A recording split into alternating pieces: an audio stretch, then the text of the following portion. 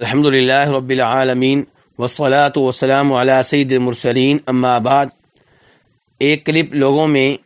Share کیا جا رہا ہے جس میں ایک مشہور و معروف مفتی صاحب سے ان کے مرید اور ان کے معتقد سوال کرتے ہیں کہ اللہ تبارک و تعالیٰ تو سورہ کہف میں یہ کہتے ہیں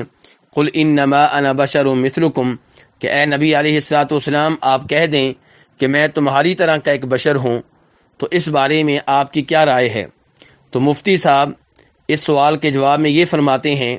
کہ قرآن پاک میں تو اللہ نے یہ بھی کہا ہے انما المؤمنون اخوہ، کہ مومن بھائی بھائی ہیں، تو کیا آپ اپنے مومن باپ کو بھائی کہیں گے؟ کیا آپ اپنی مومن بیگم کو بہن کہیں گے؟ کیا آپ اپنے مومن بیٹے کو بھائی کہیں گے؟ اس قسم کے جملے انہوں نے استعمال کیے اور یہ ظاہر کرنا چاہا کہ قرآن پاک کی آیات کو اس انداز میں نہیں لیا جائے گا۔ تو گزارش یہ ہے کہ بجائے اس کے کہ مفتی صاحب پہلی آیت کو بھی مان لیتے، دوسری آیت کو بھی مان لیتے، انہوں نے پہلی آیت کے معنی و مفہوم کو ریجیکٹ کرنے کے لیے دوسری آیت کا معنی و مفہوم بھی ریجیکٹ کرنے کی کوشش کی۔ اس پہ افسوس کا اظہار ہی کیا جا سکتا ہے۔ بچہ جانتا ہے کہ انما المؤمنون اخوہ میں جب اللہ نے کہا ہے کہ مومن بھائی بھائی ہیں تو اس سے مراد دینی اخوت ہے، دینی بھائی چارہ ہے۔ جیسا کہ جناب ابراہیم علیہ السلام نے ایک ظالم بادشاہ سے بچنے کے لیے اپنی بیگم سے کہا تھا کہ تم بادشاہ سے یہ کہنا کہ ابراہیم میرے بھائی ہیں، اور وضاحت کی تھی کہ ہم آپس میں دینی لحاظ سے بہن بھائی ہیں۔ تو اللہ تعالی نے جب یہ کہا ہے کہ انما المؤمنون اخوہ، کہ مومن بھائی بھائی ہیں، تو اس سے مراد دینی بھائی چارہ ہے، وہ بھائی چارہ جو ایمان اور اسلام کے لحاظ سے ہوتا ہے وہ مراد ہے۔ تو یہ اس کے بارے میں یہ کہنا کہ کیا باپ کو بھائی کہا جا سکتا ہے، یہ بہت ہی عجیب و غریب بات ہے۔ دوسرے نمبر پہ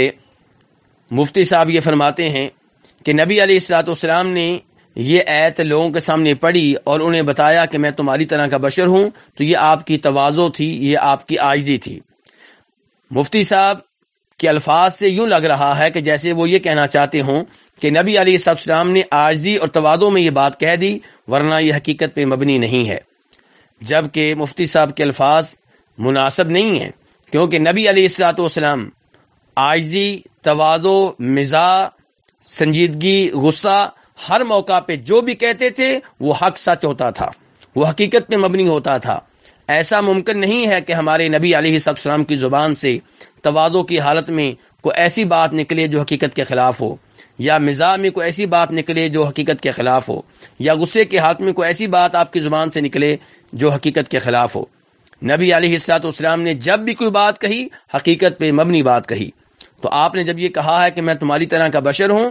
تو یہ آپ نے حقیقت پہ مبنی بات کہی ہے، لیکن اس میں کوئی شک و شبہ نہیں ہے کہ چند امور میں اللہ تعالیٰ نے آپ کو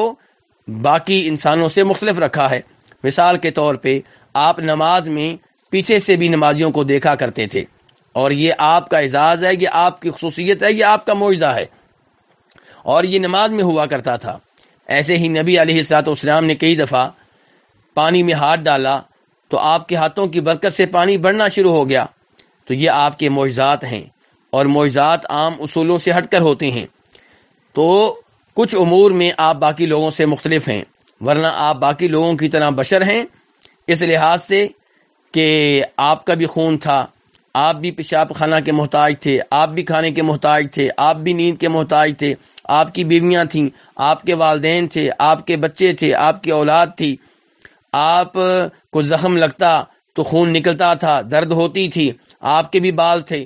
اس لحاظ سے آپ بشر ہیں، لیکن شان کے لحاظ سے، مقام کے لحاظ سے، رتبے کے لحاظ سے کوئی بھی انسان آپ تک نہیں پہنچ سکتا۔ آپ امام الانبیاء ہیں، تمام انسانوں میں سب سے افضل ہیں، سب سے اعلیٰ ہیں، سب سے مقدس ہیں، سب سے محترم ہیں،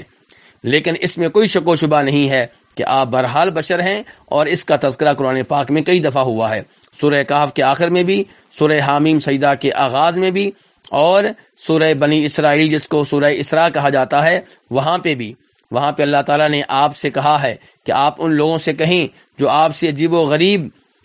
نشانیوں کا مطالبہ کر رہے ہیں، آپ ان سے کہیں قل سبحان ربی هل كنت الا بشر رسولا، کہ آپ ان لوگوں سے کہہ دیں میرا رب پاک ہے، جہاں تک میرا تعلق ہے میں رسول ہوں لیکن میں بشر ہوں۔